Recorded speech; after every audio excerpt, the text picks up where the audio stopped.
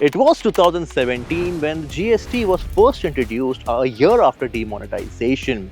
India also hosted the Under 19 FIFA World Cup for the first time. And ISRO, they made a world record by launching their 104th satellite. It was in 2017 again when the Jeep Compass was first launched in India. It's been 7 long years, but I still remember how grand the Compass looked when it took the market by a storm. Everyone and anyone, they wanted one. The Compass showed that India was ready for bigger and better things. Its aggressive introductory pricing was the first thing that caught everyone's attention, and then there was the well-known Jeep off-road credentials as well. While the market was being flooded by sub 4-meter SUVs, the Compass, it was in a class of its own. The order books were racking up, and even today, the resale of the Compass holds an honorable number. But over the years, the sales of the Jeep Compass has taken a slight hit. The monthly figures of 300 to 400 units are seeing a decline for the past few months. Not that the American car maker hasn't taken enough efforts to boost those numbers. They have rejigged the versions and variants. They also introduced limited editions of the Compass. But in this video, let's take a detailed look at 3 things why the Jeep Compass is still a solid buy, and 3 things that the Compass should improve and needs to improve to get back to its former glory. Welcome back to Car and Bike. I'm Bilal, and before we move ahead, do consider subscribing to the Car and Bike YouTube channel if you haven't already, and hit the bell icon as well so that you can be notified every time we bring out a new informative video such as this.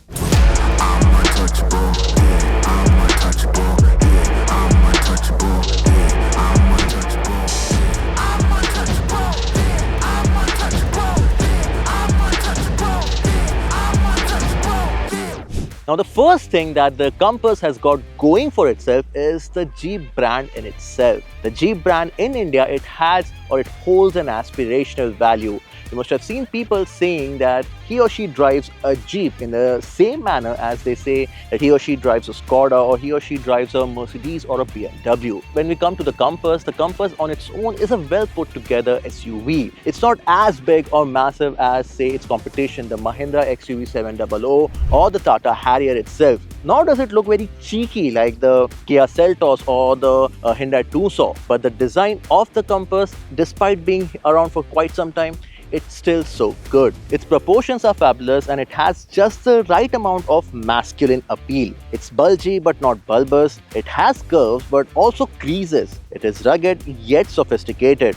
This design has aged pretty well. Even on the inside, the fit and finish are top-notch. The materials used are again very well put together and have a built-to-last feel to them. Now this car, it has over 13,000 km on the odometer, and these aren't the kindest kilometers any car can be subjected to. And yet, it feels as strong as it rolled out of the factory yesterday. Well, scratch that, not yesterday, but last week.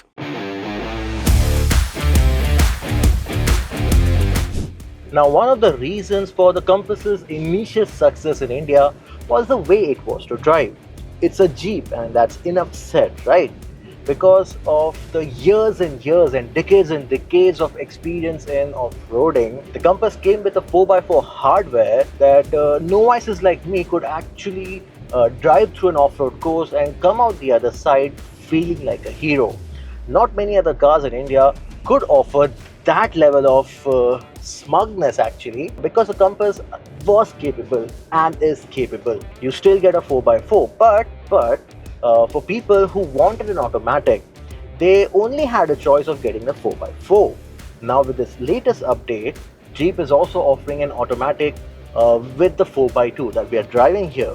Now this combination is more practical and it also brings the cost down, making the Compass a really practical buy. Because earlier, people who wanted a 2-pedal setup had to lug around the 4x4 hardware unnecessarily.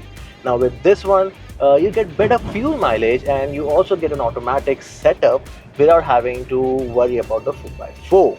Now, apart from the capability of going where no other SUV would dare to tread, I would also like to point out that this engine, it might admittedly feel a little gruff at city speeds. Even the ride quality is a bit on a stiffer side, especially at slow speeds.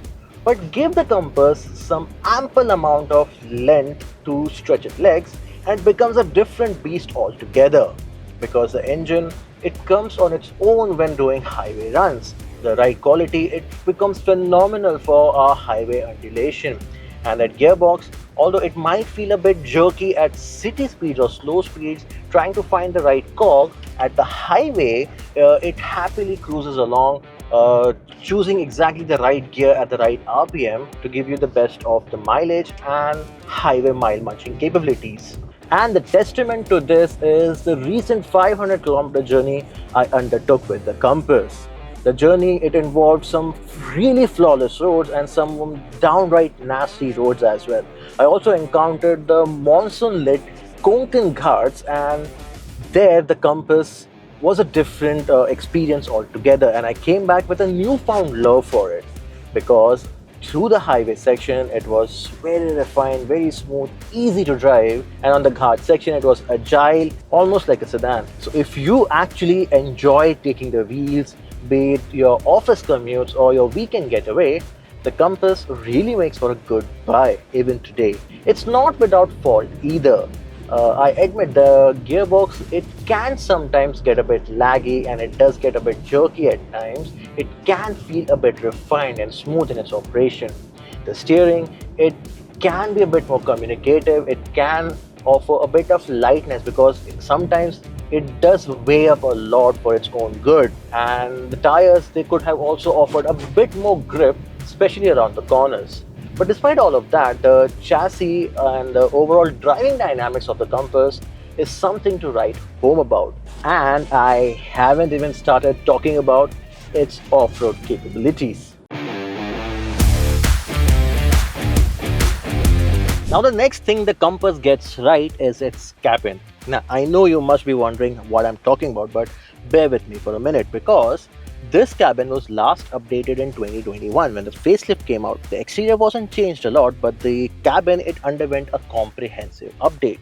And with that update, I initially thought too that this is a very boring cabin, all blacked out with very simple and nothing fancy about it. But the more time I spent inside this cabin, I realized that this is how the cabin of every car should be. Everything is right within your reach, everything is ergonomically placed, it's well put together. This cabin, it's a very well thought out cabin actually, except apart from this start stop button which you have to fiddle out once you get inside. Behind the steering, it's hidden right there, but apart from that, one complaint, I think this entire cabin is fantastic. Even the steering is chunky as it should be in an SUV. Behind it is a modern all digital driver's display which is configurable as well, but more importantly, it has a lot of information on offer all at the same time. In fact, a geeky person who loves to have multiple monitors on their desk, that person would love this display. The buttons on the steering are also very useful. They are the right size, feel right, and have no confusion in them like most modern cars usually do. And I particularly love these buttons behind the steering wheel. On the right, it is for the volume, and on the left, it's for the media control. No other car manufacturer or any other car has buttons over there. It's very unique and I particularly love them. Apart from that, the user interface of this Uconnect, it's simple, easy to understand, easy to navigate, and everything is laid out pretty fair, simple. Practicality front, the center console is usable. I also love the way the two cup holders has a slot in between to keep your key, but I also keep my smartphone vertically stacked there. Very handy. Even these seats, they have proper cushioning. They are neither too soft, neither too firm. So after a long journey, you won't come out with holding all the various aching joints. Even the support on offer is really good, but it is all black leather. You do get ventilation, but in summers, this cabin would definitely get too hot. Secondly, the second row, I admit, it is slightly cramped compared to its competition because overall this is a smaller car in dimension. But it's decent. I won't say it's too small or too cramped. Only the taller passengers, they might find it a bit awkward to sit there. But a family of say 4 people with elders as well, they might find that space not too bad. And adding to it, the 440 liters of boot space that you get, it's again ample for a family of 4, even for a weekend getaway.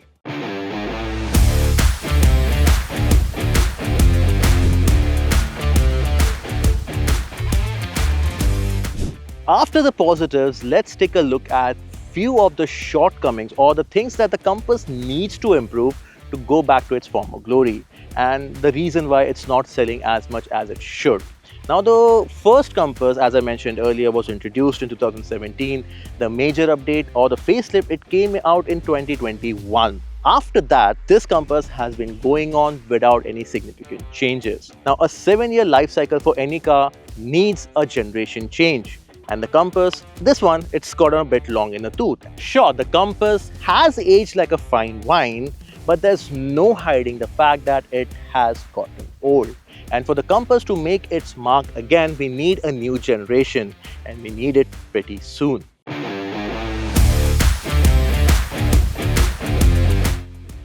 The second thing the Compass could improve is the lack of powertrain, because earlier there was a turbo petrol engine which was insanely fun to drive. It was peppy and punchy but wasn't very fuel efficient. On a good day it returned a mileage of 8 kmpl and even less on one of the few days where you were feeling a bit enthusiastic. Now though, there's no petrol engine option at all. This diesel, irrespective of how strong its performance is, there's still some skepticism about the diesel's survival in India, and people are not opting to go that way. Also, this diesel is not very frugal either. Real world city fuel efficiency for this 4x2 automatic could be around 11 kmpl, while on the highway it could go up to 16 kmpl. A tank full should see you anything between 500 to 600 kilometers. Then there's also a fact that it has gotten a bit expensive. It is significantly more expensive than the CSUVs, a segment that offers a lot more choices and ticks all the right boxes that buyers don't really need to spend another 10 lakh rupees to get the Compass. It's also more expensive than the Harrier, its direct rival, who also has the same engine. It's also bigger in size. Bigger size makes for more cabin space and boot space.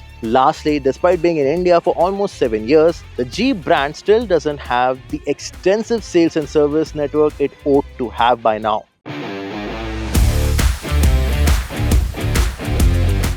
Now, thirdly, I admit, driving the Compass for the past month, after all those EVs and all those pseudo SUVs, it felt proper old school. It's not full of all those gimmicky features, it's not devoid of feel, and it doesn't lack character either. In fact, it is full of natural feel and a lot more character. But that's what I feel. But a modern day buyer, they want their SUVs to be light to control, easy to maneuver in the city, in and out of city actually, and they also want fuel efficiency with a lot of features. For example, they want ADAS in their cars, which the Compass, it still doesn't offer that. So for some buyers, this is a proper old school. It's like a hammer and a chisel in the world of CNCs.